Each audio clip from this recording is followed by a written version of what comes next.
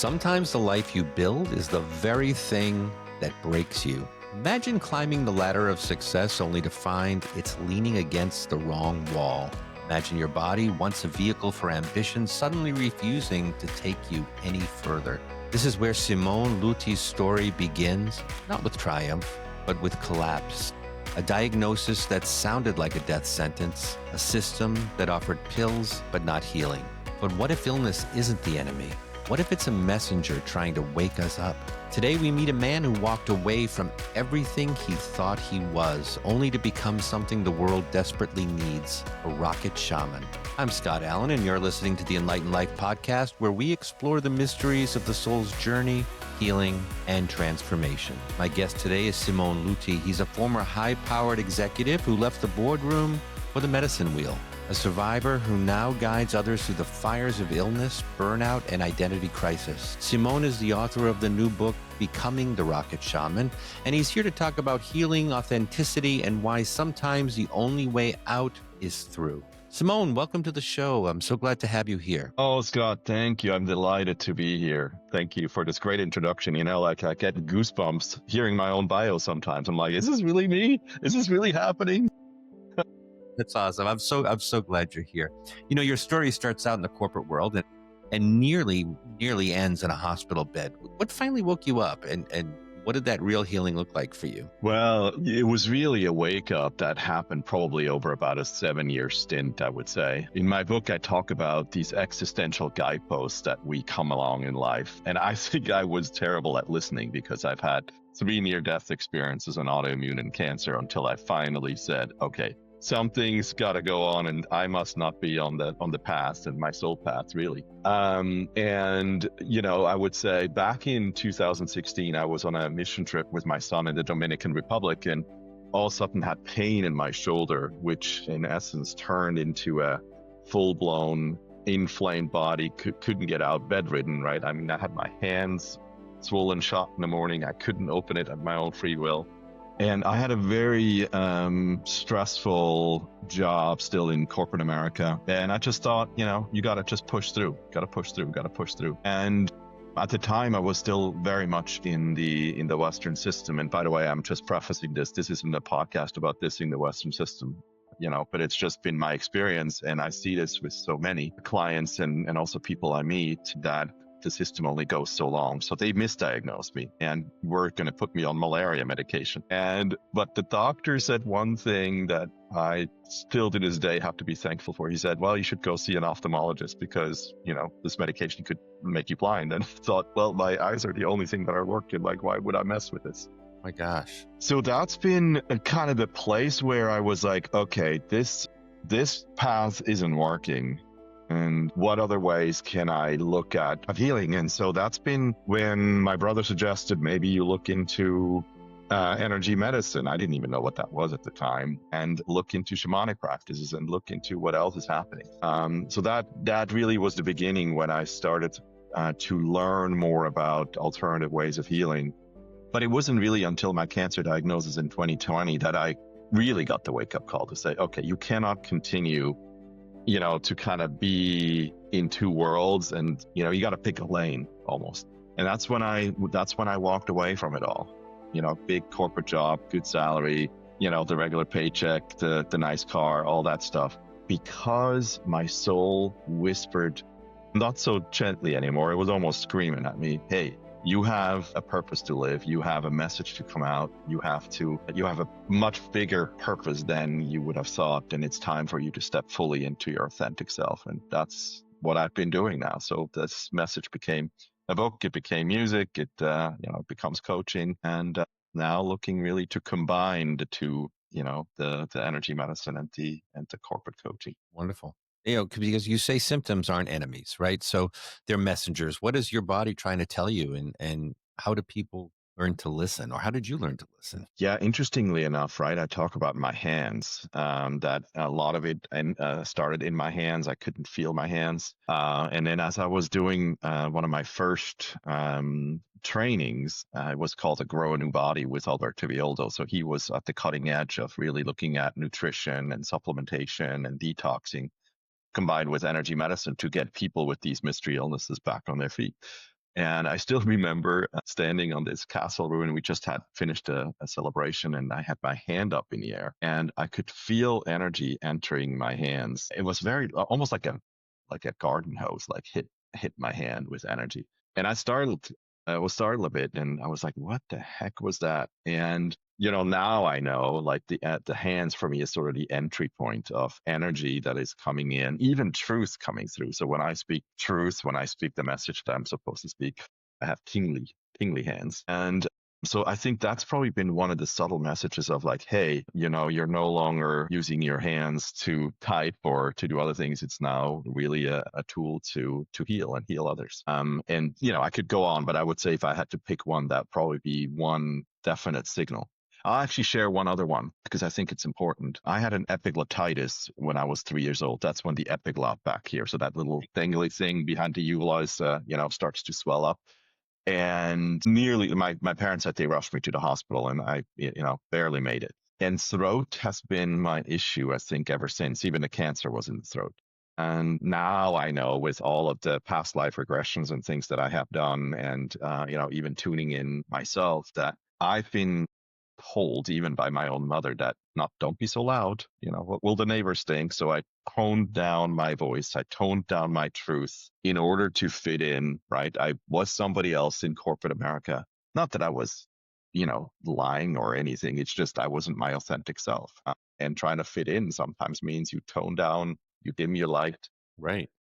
And so having this show up in my throat was also an invitation, I think, of the universe spirit to say, it's time for you to come out. You need to share your story. I mean, that's part of why I'm here, why I do these various podcasts. And so it's been so interesting.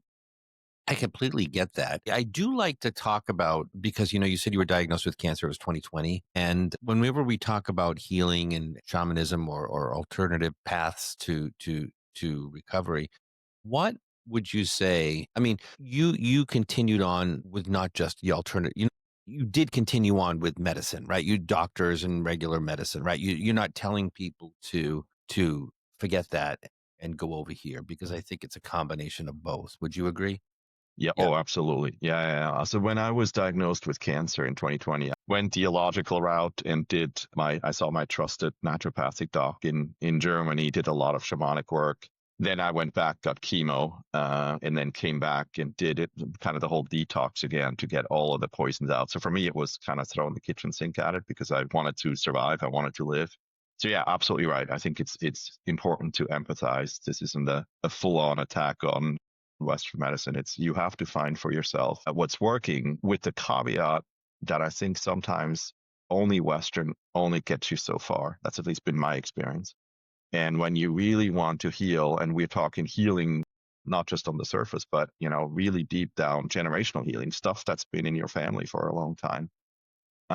There are, thank God, abilities and methods here that can help and combine to really do healing on all the four levels, right? Right. Yeah. No, agree. Agree. And I just like to point that out because I feel like sometimes we're doing a disservice to people if they leave, they listen and then they go, oh, well, I don't need my doctor anymore. I can go, I'll just go try whatever it is they're going to try. I think it's a combination of these modalities, whether it's, energy healing. Absolutely right. Yeah, I agree with you. uh, You wrote that authentic, and we touched upon this, that authenticity is the cure. So why is being yourself such a radical act, especially today? I'm agreeing that it is, by the way. I feel like it really is. Right. It seems like a strange comment to make. My experience has been as a soul, when you're not in congruence with your innate soul purpose and you're doing something else, there are subtle facts. And in my case, a couple illnesses that came forth that were showing me that I was not in congruence. And there is probably a twofold answer to that. One is words have energy. I believe now that I probably manifested my cancer. My mom would always say, okay, you boys need to go and have colonoscopies because, colon cancer runs in the family. And I was always saying, I don't know. Cancer doesn't, it's not in my future. And it's almost as a manifestation. My impression is that the universe doesn't necessarily understand the word no or not, but where you put the emphasis was on the C word. And when I switched that around and I said, I live a long and healthy life, I'm healthy. that all switched. So same desired outcome, different way of phrasing it, right? And again, when we talk about authenticity, I could take on my mom's message of like, you gotta do something to prevent something. And for me, the authentic self, I always was looking at this maybe slightly differently to say, I'm actually not feeling this at all. But I was afraid to come out and say it in my own words. And that's been kind of the silver lining through my entire life. Right. Excuse me. I love that though, because words do have meaning. They have power, and you have to be careful what you say because you're still putting it out there, even if it's not the intention. You're still putting it out Right. there. Right. Yeah. And you've described healing as a spiral, not a straight line. So how can people move through relapse, doubt, or even recurring pain without getting stuck in this shame mode? Yeah, yeah, it's a great question. And I know that concept of time isn't linear, but it's circular is maybe a little foreign to most people. That's an aspect that I've learned when I trained with the Quero shamans from Peru, that there is a way to travel backwards in time and fix the illness at the root. Why is it showing up? Are you bringing it back in from a previous life through an incarnation? And it's not necessarily a beginning and the end, but it's a circular motion. And what was interesting to me was, right, so I talk about 2020, through the kitchen sink at it, was basically declared cancer free in November 2020. And I wake up in May 2021 with this lump back in my throat. And I had a bit of a WTF moment where I was like, this cannot happen. Like, I literally cannot go through this again. And when I started to realize that I now know that, and stay with me, right? This is understanding my past lives and understanding why I was having all these throat issues here with lots of traumas happening throughout the various series of lifetimes. I was like, okay, so, but in the here and now, this is still here, right? I can't fight it anymore. It is starting to integrate, and what can I do? And I went through a beautiful process. Many of you may be familiar with Louise Hay and her work on positive affirmations. Yes. Love her work. And I just started that positive affirmation again of I live a long and healthy life. I'm healthy. Basically removing myself from the illusion, even though very real, I could feel it in my body, but the illusion of being sick in the first place, and equipping the body and our cellular or my cellular structure with positive intent. And within, I think it was 30 to 40 days, this went away, and it's been quiet ever since. No further treatment? No further treatments. Didn't take anything, didn't go through chemo, didn't do anything at all anymore afterwards. Did you go back and get it verified that that's exactly what it was? Yeah. I mean, I've had to go every 3 months to have, they're like, okay.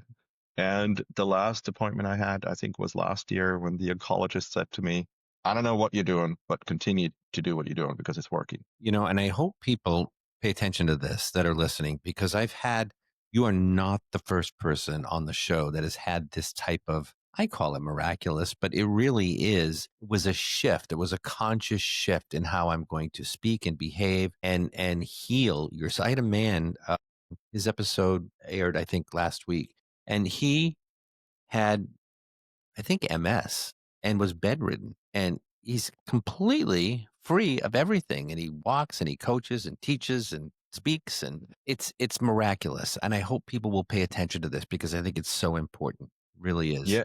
Yeah, it truly is. And, you think about it really from the moment that we are born, sometimes in utero even, we're bombarded with information, good or bad, right? And expectations, you have to be this way, you have to behave this way, you have to do this is the best thing for your life. And then you compound that with information you get in your adolescence. And, maybe you're married to someone that has expectations. We never really question whether this information is accurate, is true. And by that, I mean for us, for me, right? Like, do I believe this? Is this my life? Is this something that I want to go through? And, we talk a bit about midlife crisis. Some people get the motorcycle and go right back to sleep, and others get sick like me. I hope you don't have to go through. That's why I wrote the book, really, is so that others won't have to suffer through this. But when you start to disassociate from the bad information or the fear-based world, I call it, and you start to really create a new life for yourself, right? It's all about words of like, and you start finding yourself down through the rubble. It's an amazing place to be because now it's liberating, right? So it's you can finally show up as who you are. You don't have to conform anymore to expectations because you think, if I do this, I'm loved. And now coming out of this on the other end, yeah, you could call it miraculous. For me, it's literally once we start to really tap into our soul purpose and our innate knowing, our inner knowing. This is my compass, my North Star. I have to go there. It is both an amazing like feeling every day to wake up and doing your life's mission, but also found it to be very, very healing in all of the ways: emotional, physical, intellectual healing, because you're no longer constricted by the prison of everybody else's expectation. Sure. Sure. How did you come up with the name The Rocket Shaman? Yeah, that's a good one. My brother called me that the first time, and it was he made a comment to someone at the speed of which I am transforming and healing. He said to this woman, I think this a couple of years ago, he's like, well, in the beginning, no one didn't even know anything about shamanism or healing or any of this kind of stuff. And from the moment he said yes, he took off like a rocket. And then it was kind of a moniker, and it stuck, and that's been becoming a brand. There's the Rocket Shaman Leadership Academy now coming out of this, so it's been a fun journey. Good for you. I think that's wonderful. Isn't it funny how you just kind of say, okay, I get it. And you just follow your path. And, when you're trying to buck the system, it just doesn't work. But you just find where you're supposed to go, and it all just lays out for you. Yeah, exactly. You guide leaders through ego death and redefinition. So, what does real success look like after you've lost everything that you thought was what mattered? Yeah. As I said, for me, it's true liberation. Of course, there's the big thing of you still have to put food on the table and all that, right? But just trusting that that's all taken care of. It was interesting when I first became a Reiki master. I kind of hid that because, again, my authentic self, but the world told me that that is not necessarily something that I should be carrying out into the open. So when I put Reiki master on my LinkedIn profile, I thought the world was coming to an end, right? Again, because we're sort of fearful of judgment and what will people think, and I'm a corporate exec and now Reiki master, will they roll their eyes and all that. And the interesting thing is, nothing really happened. In the contrary, I started to have very much deeper conversations with people in the boardroom that I never thought I would have. And when I went deeper into my work, I had sort of two paths. I could turn my back on corporate America and I just do my healing work and my end of life and my books and all that. Or it felt a bit disingenuous. It almost felt like walking away from something that I was very much a part of for 30 years. So I decided to lean in, and I'm equipping leaders, and these are, CEOs, founders, executives that have tried it all and are still coming up empty. And what I have found is that people lost their ability to be intuitive, to use their gut feel in their decision making. In the name of science and progress, and especially in the financial world where spreadsheets are the holy grail, right? If the numbers tell you no, then say no. If the numbers tell you yes, go for it. And there's so many examples by now of business decisions that have been done because the leader actually used their gut intuitive feeling, and it turned out, even though the numbers told them not to. So that's where I'm at now. I'm looking at people to really teach the ability to be intuitive again, to look at practices to slow down and bring, or I guess, regulate their nervous system and become more conscious leaders in a world that really, truly, truly, truly needs it. I think that's great. If someone's listening today and they have some kind of chronic illness or battering some kind of mystery disease or burnout and they feel hopeless, what would you tell them? What's the first thing that they could do? Well, selfishly, I would go and get my book, because I wrote it, because I always say, like, I don't want you to suffer like I did. But it's not so much about the book. I think the message here is about what is it trying to tell you. Firmly believe that things don't happen to us, they happen for us. It's just more having the courage to look into it. Now, of course, if you really have, a debilitating or a death sentence, so to speak, by Western standards, you got to get help. And then the question is, where do you go? In my case, I threw the kitchen sink at it. The frustration that I have with the system here is that a lot of the proper diagnosis, and I'll talk in a little bit about that, is it's all here, but either the doctors don't know about it or the insurance won't pay for it, right? So it's kind of like this vicious circle. But in my case, right, so I was with this doctor I was on prednisone, could dance on the table. Then I had heart palpitations and I thought I had a heart attack and had to get off of that. I had massive weight gain. And then this malaria medication that was going to make me blind. And I never took it. I was like, okay, I got to go somewhere else. And so then I serendipitously ended up in Germany in a clinic, and they diagnosed me with heavy metal overload, with environmental toxins in my body, and a food allergy. And if you think about today's world, it's so hard to breathe clean air, depending on where you live. We moved out to Seattle thinking that we were finally having like clean sea air and access to regenerative organic foods. Well, turns out the mercury poisoning here in the air is so high coming from Asia that it's actually not healthy. It's a healthy air, and you have to use a lot of air filters and all kinds of stuff. So it's harder, right, to have an environment to live healthy. But in my case, I found an amazing doc there, went through chelation therapy to get heavy metals out, gone through a whole detox, changed my diet. And again, I don't take any medicine at all. I supplement on just areas. So I would say your terminal illness or your mystery illness isn't the end, it's the beginning, because it is telling you, hey, something is not working, pay attention. And then the question is, do you have access, to someone? Luckily, I think I even see it now on social media. There's more and more clinics popping up that get it, that are starting to offer some of the treatments that I've been talking about. I'm curious because we talked about how words matter, right? So if you've gone to your doctor and you've received the diagnosis that it's a terminal illness, how do you think that affects their ability to, if it's truly terminal, they may not heal. But I think, again, it puts those thoughts and those words, I'm dying, out into the universe.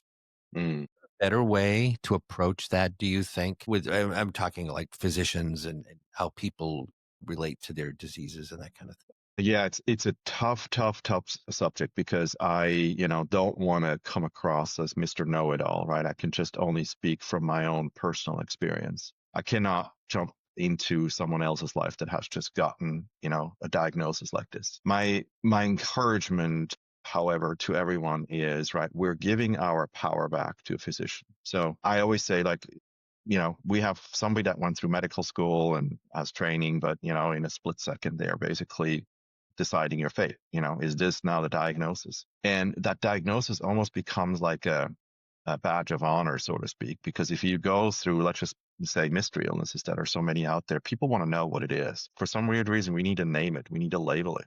And once you can label it, it's kind of oh, that's what it is. Okay, now it explains. But that only is half truth, right? And you're absolutely right. So when you now start to internalize these words of terminal, this is the diagnosis, this is what it is, what are you going to do? You're going to go home to Dr. Google or conversational AI, and you're going to ask, what am I going to do with this, right? And so you almost lock in that aspect of your being, this situation, into your cellular body. And I always say, take your power back. At your doctor, whatever, take your power back and question, is this true or not? Do I believe this or not? And this is with anything now that you've seen, whether it's the news you're reading. I think it's a practice we should all be getting really good at. Is this true? Do I believe this? Is this mine? And I talk a bit in the book. I wrote a song about it, what's not mine to carry. And in my case, I just knew that I had a purpose. It was not mine to carry. So even though I had this cancer diagnosis, it was like, it's not mine. And I can't really tell you why it was, but even going into the hospital to get chemo, I saw sick people around me. And in all intents and purposes, I was sick, right? The lab results, everything, x-rays, biopsy, everything said I was sick, but I didn't feel this way. Did that ultimately help me to get through it? I believe so, right? But do I have scientific proof of that? No, of course not. But I do feel like words, thoughts, matter in the way that you go about it. And when you kind of call bullshit on a diagnosis and say, okay, my body is reacting, there seems to be treatments that are working, but I'm not calling it what the medical community wants me to call it. Mm-hmm. And I believe that I'm healthy. And again, positive affirmations of, I'm healthy. This is not my future. This is not mine to carry. This is stuff from my ancestors. This is part of, somebody else's life. It seems to make a difference. And in my case, it made a huge difference. I'm still here. And was that hard to do when you knew you had the diagnosis? You got the lab results, the x-rays, the biopsy. I'm healthy. I'm healthy. Is it hard to do? No, not really, but I chuckle because I had decided that I was going to do the 21-day mirror challenge of, looking in the mirror and telling myself I love myself right when I started the diet or the treatments. And of course, when you start losing your hair and you look like a naked guinea pig of sorts, right? And you have to look in the mirror and say, I love you, I love you, I love you. That was hard. But it was a bit of a stretch goal, I guess. The corporate world would call it. And it's hard to do anyway for people generally to love Yeah. that way. I think maybe as I'm kind of talking to you, I've never really thought about it from that angle, but I think I just knew that this symptom wasn't against me. It was actually for me. It was showing me something, and it was a matter of getting through it. And I just knew, I think subconsciously, that there was another life waiting for me on the other end. And it was just, getting through it and do what I needed to do so I could do what I do now. Yeah. You call your book a survival manual for the soul. What important lesson do you hope readers take away from it? Yeah, I want to be an encouragement for people that have hit end of the road. And, I call it's really lessons in healing chronic pain, emotional trauma, and burnout when nothing else works. As sad as it is, we have an epidemic right now of a completely different proportion. I heard a staggering statistic the other day that across conversational AI and doctor search engine, there's 1 billion medical related searches happening per day worldwide. 1 billion. Think about this. And about 25 to 30% of those are mystery illness. The staggering number of people that are having similar symptoms that I had and can't get out of bed. I look at, and I have my social media community, tons of people that are, I don't look sick, or people tell me I don't look sick, but I am sick, or, I have good days, I have bad days, but I don't know what to do.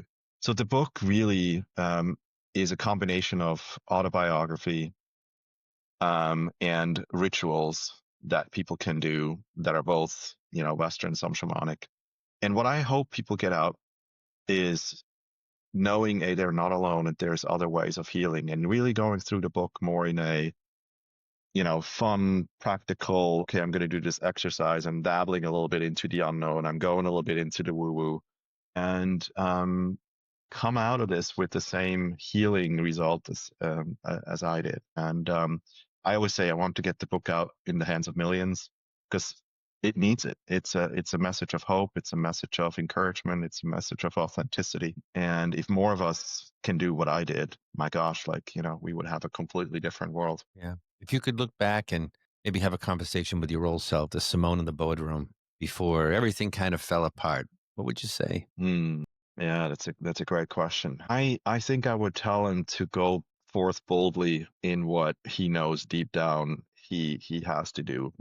Don't be constricted by others' voices. And even though it may feel scary sometimes to do things, because, in my case, and I think for many of us, we do things because we want to be loved. And when you go against that, fear of, rejection and is a big one.